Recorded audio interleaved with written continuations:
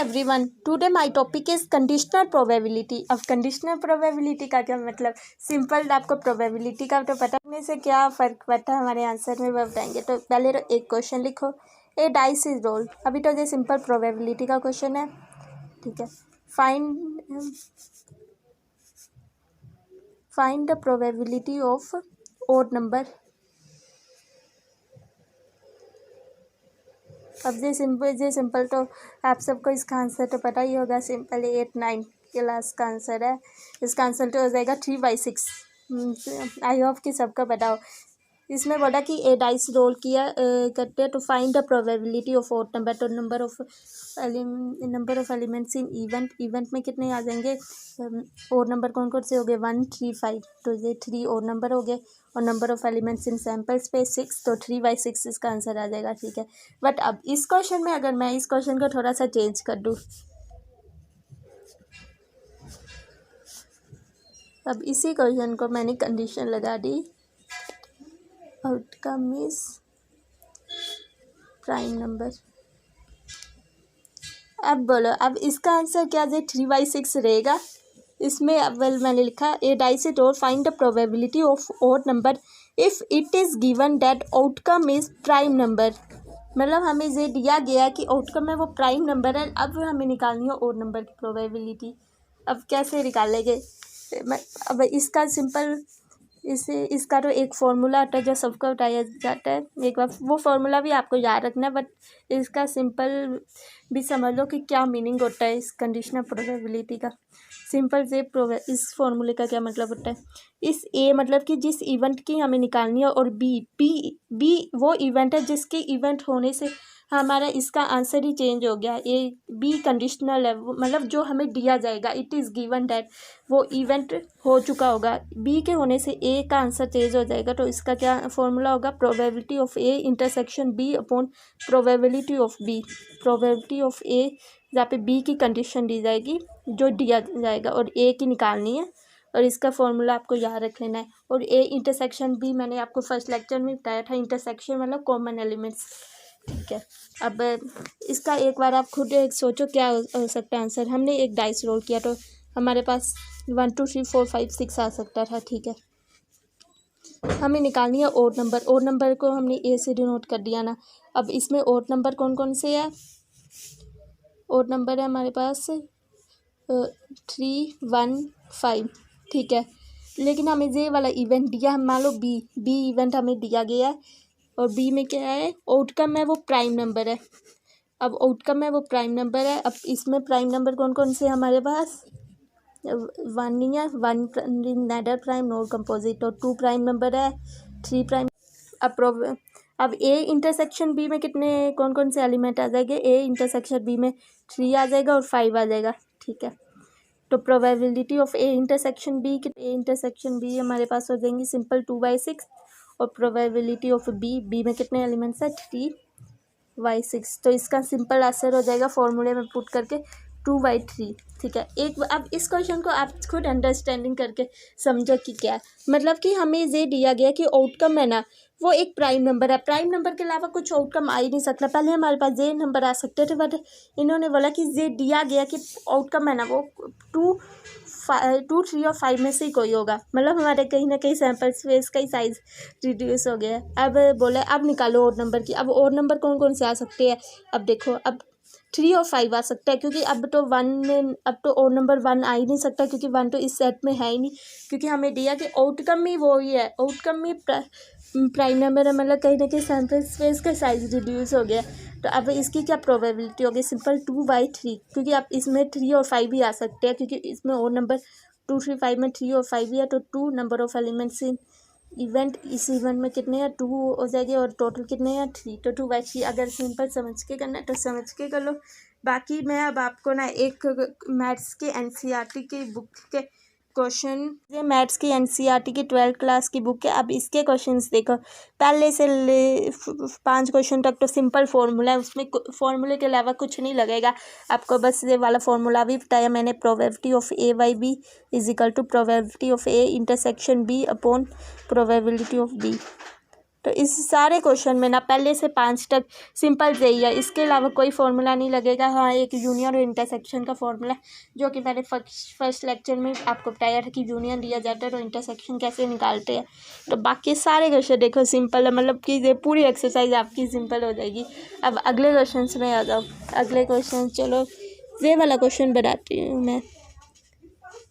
7th question में आओ। 2 coins are tossed once where एक इवेंट, ये वाले भी क्वेश्चन से पर बिल्कुल फॉर्मूले से है। एक इवेंट दिया गया, E tail appears on 1 coin, F 1 coin show head. अब इसके हमें जहाँ पे दिया गया क्या निकालनी है, probability of E condition F, मतलब कि हमें ई की निकालनी है और एफ गिवन है। ठीक है, अब 2 कॉइन टॉस करेंगे तो खुद सोचो क्या क्या आ सकता है। या तो हो सकता है कि पहले कॉइन में हेड आए, दूसरे कॉइन में टेल आए। ठीक है, या दूसरे पहले में टेल आए, दूसरे में हेड, या दोनों में हेड आए, या दोनों में टेल। ये 4 ही इवेंट हो सकते हैं ना, इसके अलावा तो कोई और इवेंट हो ही नहीं सकता। ठीक है, अब हमें ई में क्या बोल रहा है, ई इवेंट में बोल रहा है कि appears on tail appears on 1 coin। ठीक है, अब E tail appears on 1 coin। अब इसमें बताओ कि कौन कौन से आएंगे। मतलब अब ई इवेंट मतलब कि एक कॉइन में टेल आना चाहिए। अब एक कॉइन में टेल कितने वाले केस आ गया, एक तो इसके वाले केस में आ रहा है, एक तो इस मतलब 2, तो इसमें 2 आ रहे हैं। नंबर ऑफ एलिमेंट्स इन ई। ठीक है, तो नंबर ऑफ एलिमेंट्स इन ई 2 आ रहे हैं। अब 2 आपको पता चलेगा कौन से, क्योंकि इस वाले में आ रहा है टेल और इस वाले में। ठीक है, और एफ कौन सा दिया है, 1 coin शो हेड। अब मतलब कि 1 coin शो हेड, मतलब कि एक कॉइन हेड शो करे। अब एक कॉइन हेड शो करे तो ये वाले कितने केस है, 2। आप से खुद देख सकते हो, तो हेड वाले कितने हैं, ये वाले। तो ये number of elements in F2। अब ठीक है, अब ई इंटरसेक्शन एफ की वैल्यू आप खुद सोचो क्या हो सकती है। Number of elements in E intersection F. एक बार ई और एफ देख लो कौन कौन से इवेंट है। ई है हमारे पास कि टेल अपीयर्स ऑन 1 coin, मतलब कि जिस कॉइन में टेल 1 बार अपीयर्स हो रहा है, ये वाला और एक ये वाला। ठीक है, और एफ है 1 coin show head. 1 coin show head कौन सा केस है, ये वाला। तो कहीं ना कहीं नंबर ऑफ एलिमेंट्स इन ई, मतलब कि ई में भी ये दोनों एलिमेंट्स है और एफ में भी ये दोनों एलिमेंट्स है। तो अब इन दोनों को कॉमन करेंगे। एक बार आप ई अगर डाउट हो रहा तो एक बार पूरे इवेंट में सारे हम लिख भी लो। मतलब ई में भी ये दोनों आ रहे हैं, एफ में भी ये दोनों आ रहे हैं, तो दोनों के कॉमन एलिमेंट्स में भी ये दोनों आ रहे हैं, तो दोनों के कॉमन एलिमेंट्स हो गए 2। तो अब देखो, अब इससे सारी वैल्यू फॉर्मूले पे पुट कर दो, हमें निकालनी है अब। और याद रखने ना कि नीचे कौन सा वाला होता है, नीचे ई में लिख देना, नीचे एफ होता है। ठीक है, तो ई इंटरसेक्शन एफ टोटल अब प्रोबेबिलिटी कैसे निकालेंगे, सैम्पल स्पेस में जितने हैं उससे डिवाइड कर देंगे, तो 2/4।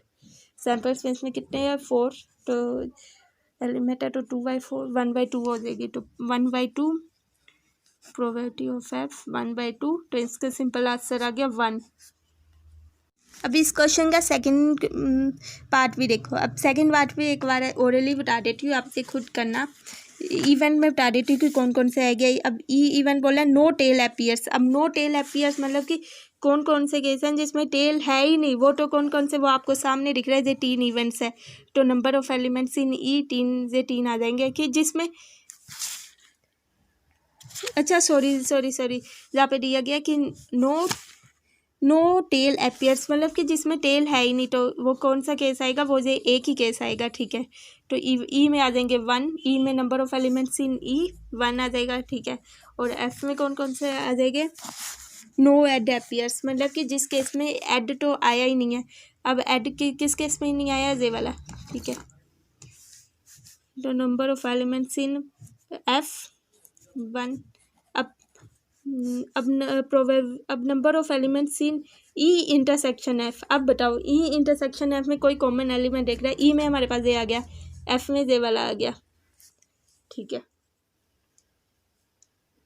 अब ई इंटरसेक्शन पे आप कॉमन ए वन वर्ड लिख देना, इन दोनों में कोई कॉमन नहीं आ रहा। देखो ई वजह वाला आ रहा है, एफ वजह वाला आ रहा है, अब कोई कॉमन है नहीं ना, तो मतलब number of elements in E intersection F 0, तो इसकी कहीं प्रोबेबिलिटी सिंपल हो जाएंगी ई इंटरसेक्शन एफ की 0, तो हमारे आंसर की प्रोबेबिलिटी सिंपल 0 आ गई। आपको खुद सोचना कि कौन कौन से वैल्यू आ रहे हैं। आई होप आपको मेरा वीडियो अच्छा लगे। अब बाकी इस पूरे एक्सरसाइज में ना सारे क्वेश्चन ऐसे ही है। अब जिन क्वेश्चन में एक मैं थोड़ा सा स्टेटमेंट वाला क्वेश्चन कर लेती हूँ, जो थोड़ा आपको लगे स्टेटमेंट है। तो अब इस क्वेश्चन में बोल रहा है assume that each born child is equally likely to be a boy और ए गर्ल। मतलब कि हमें ऐसा मानो कि हर बच्चे की बॉय की भी संभावना इक्वली और गर्ल की भी। तो अब देखो, if a family has 2 children, एक फैमिली के 2 चिल्ड्रन है, what is the conditional probability that both the girls given that the younger is a girl. अब ये गिवन है, given that younger is a girl. अब हमें कंडीशनल प्रोबेबिलिटी निकालनी है, किसकी निकालनी है? Conditional probability both are girls. पहले जिसकी हमें निकालनी है ना वो लिख लो। हमने बोथ आर गर्ल्स है ना, उन्हें ए से डिनोट कर दिया, where A represent the P upon P probability of A क्या रिप्रेजेंट करता है? Represent that both are girls. अब स्टेटमेंट को ध्यान से पढ़ी करो कि क्या गिवन है। गिवन का मीनिंग मैंने बताया था आपको। ये हमें अब इसकी निकालनी है और कंडीशन क्या दी गई है, मतलब जो हमें गिवन है। अब गिवन वाली कौन सी है? गिवन वाले के 2 पार्ट है। जो सबसे पहले फर्स्ट पार्ट की करते हैं ना, सेकंड पार्ट आपको होमवर्क है, आप खुद करना है। थोड़ा सा मैं बता दूँ, मतलब कि यंगर इज़ ए गर्ल। अब मतलब तो पहले लिख लो कौन। अब प्रोबेबिलिटी ऑफ बी रिप्रेजेंट करता है यंगर इज़ ए गर्ल। हमें निकालनी हमें ए की है, लेकिन हमें बी की कंडीशन दी गई है। गिवन वाली देख लो आप, इसे कुछ लोग को लगेगा कि इससे वाला निकालनी है younger is a girl, but देख लो ये गिवन है, given that younger is a girl, what is the conditional probability that both are girls. आप देखो क्वेश्चन में ही सारा वो हो गया। कुछ लोगों को लगेगा ये हमें इसकी निकालनी है। अब गिवन वाली देख लो क्या है, ठीक है।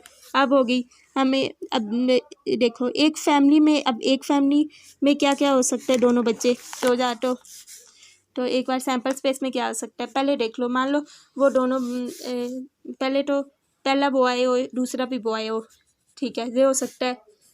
सेकंड केस पहली गर्ल हो और दूसरी भी गर्ल हो, ठीक है। थर्ड केस पहली गर्ल हो दूसरा बॉय हो, ठीक है। Fourth case and last case पहला बॉय हो फोर्थ गर्ल। सो ये भी हेड और टेल की तरह ही है कि ये 4 केस बनेंगे। अब इसके अलावा कोई और केस तो बन ही नहीं सकता, ठीक है। अब देखो, अब हमें निकालनी है, पहले तो ए की निकाल लो। पहले ए में कौन कौन से है, पहले इस बार थोड़ा सा वो करके ही लिखती हूँ वरना आपको समझ नहीं आएगा। ए में कौन कौन से आ रहे हैं? ए सेट में ए है, वो कहता है बोथ आर गर्ल्स। अब बोथ आर गर्ल्स वाले कितने केस आ रहे हैं? 1, जिसमें दोनों गर्ल्स है वो कितनी आ रही है? 1। तो प्रोबेबिलिटी ऑफ सिंपल ए की कितनी हो जाएंगी? 1/4, ठीक है। ए में कौन कौन से है, जहाँ पे ए में लिख भी लो कौन कौन सा आ रहा है। ए में आ रहा है एक जी और जी आ रहा है, ठीक है। अब बी में कौन सा आ रहा है? बी में यंगर इज ए गर्ल, मतलब कि जो सबसे छोटी है ना वो एक गर्ल है। अब मतलब अब इसमें बोला नहीं है कि बड़ा वाला है जो एल्डर है वो बॉय और गर्ल है, मतलब कि बड़ा बॉय भी हो सकता है और गर्ल भी हो सकती है। तो इसमें कौन से होंगी? मतलब कि जो लास्ट में लिखा गया है ना वो मतलब सबसे छोटी है और सबसे छोटी गर्ल होनी चाहिए। अब सबसे छोटी गर्ल किस केस में आ रही है? मतलब अब ये देखो, ये मतलब बी मतलब कि जो पहले हो चुका है, बी ये इस साइड वाले मतलब जो एल्डर है ना, और ये वाले जो छोटे हैं, ठीक है। अब ऑर्डर भी क्योंकि रिप्रेजेंट कर रहा है कि मतलब बी पहले आएगा और ये वाला बी बाद में। तो अब देखो मतलब कि अब निकालनी है यंगर इज ए गर्ल। अब जो बाद में हुई है वो कौन सी है? बाद में जो गर्ल है ना वो कौन से केस में आ रही है? ये वाले केस में भी आ रही है गर्ल और ये वाले केस में भी गर्ल आ रही है। समझ रहे हो कैसे? अब इसमें बोला नहीं था कि पहला बॉय होगा जा गर्ल, इसमें बोलना था कि जो सबसे छोटी है ना वो गर्ल होनी चाहिए। अब सबसे छोटी ये वाली इस केस पे सबसे छोटी गर्ल ही है, ठीक है। अब इससे कोई फ़र्क नहीं पड़ता क्योंकि क्वेश्चन में बोला था कि यंगर इज ए गर्ल। अब एल्डर बॉय हो जा गर्ल, कोई फ़र्क ही नहीं पड़ता, ठीक है। तो इस केस में एल्डर बॉय है लेकिन गर्ल सबसे छोटी है, तो ऐसे 2 केस आ रहे हैं। तो प्रोबेबिलिटी ऑफ बी 2/4, ठीक है। अच्छा, तो बी में हमारे पास सिंपल कौन कौन से आए, जी और जे दोनों केस आए। अब देखो, अब इनके कॉमन आप बताओ कि इनमें कॉमन कौन कौन से आ रहे हैं। आप सिंपल खुद देख सकते हो, जी ए में भी आ रहा है और बी में भी आ रहा है, तो मतलब कि number of elements in A intersection भी कितना हो जाएगा 1, क्योंकि जी देखो ए सेट में भी है बी सेट में भी है। मैंने इंटरसेक्शन का मीनिंग पहले ही बताया था कॉमन, क्योंकि अब जंगर इज ए गर्ल का भी आपको समझ आ गया। ए इंटरसेक्शन बी में की कितनी प्रोबेबिलिटी हो जाएगी, कितने एलिमेंट्स आए ए इंटरसेक्शन में बी में 1 और टोटल कितने हैं 4। ठीक है, अब ये सारी वैल्यू आ गई। अब हमें निकालना क्या था, क्वेश्चन में हमें जो निकालना है ना वो ऊपर, और जिसकी प्रोबेबिलिटी हमें गिवन, मतलब कि जो गिवन करके दिया गया है ना, it is given that younger is a girl, ए वाई बी को हमने माना था यंगर इज ए गर्ल जो गिवन है। ठीक है, इसका फॉर्मूला था probability of A intersection B upon probability of B. अब जो गिवन है वो नीचे आती है, ये बार याद रखना, नीचे ए मत लिख देना वरना।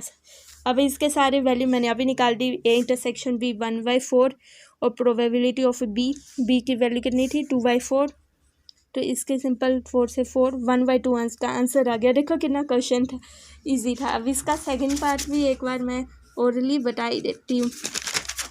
सेकंड पार्ट के मैं इवन बता देती हूँ। एटलीस्ट